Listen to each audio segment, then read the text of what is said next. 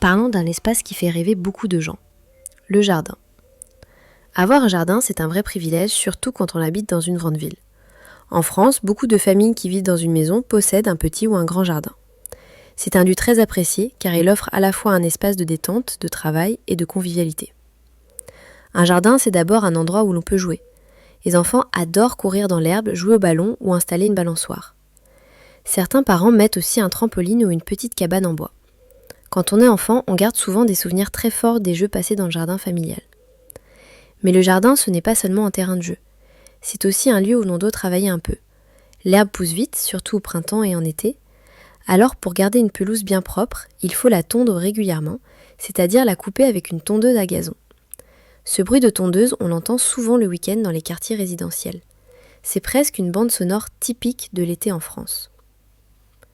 Un autre aspect essentiel du jardin, c'est la possibilité de cultiver des fruits et des légumes.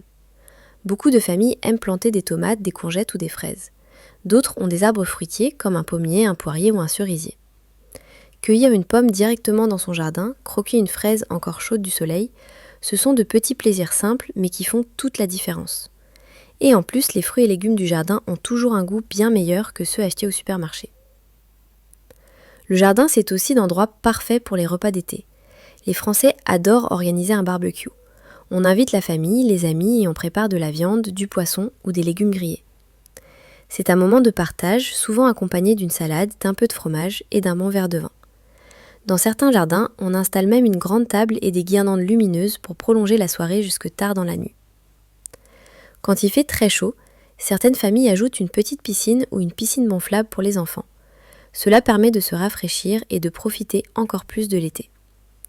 Mais même sans piscine, le simple fait de s'asseoir à l'ombre d'un arbre, de lire un livre ou de prendre un café dans le jardin est déjà un vrai bonheur. Bien sûr, tout le monde n'a pas la chance d'avoir un jardin privé. Dans les grandes villes, beaucoup de gens vivent en appartement. Mais il existe une alternative intéressante, les jardins partagés. Ce sont des espaces collectifs entretenus par plusieurs habitants d'un quartier. On peut y planter des légumes, des fleurs et surtout, on y retrouve une ambiance conviviale. On y rencontre ses voisins, on échange et conseils et on profite de la nature même en plein centre-ville.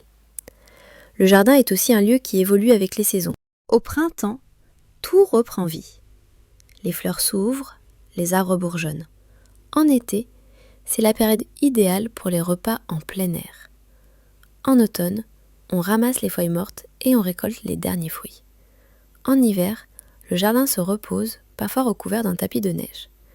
Chaque saison apporte une atmosphère particulière et beaucoup de Français aiment observer ces changements depuis leurs fenêtres ou en travaillant dehors. Finalement, un jardin, ce n'est pas seulement un espace extérieur, c'est une extension de la maison, un petit coin de nature où l'on peut respirer, se reposer, jouer, travailler et partager des moments précieux. C'est aussi un lieu qui demande un peu d'entretien, mais qui donne beaucoup en retour. Et toi, est-ce que tu as un jardin ? Si oui, qu'est-ce que tu aimes y faire le plus ? Jardiner, jouer, organiser des repas ou simplement te reposer ? Écris-le dans les commentaires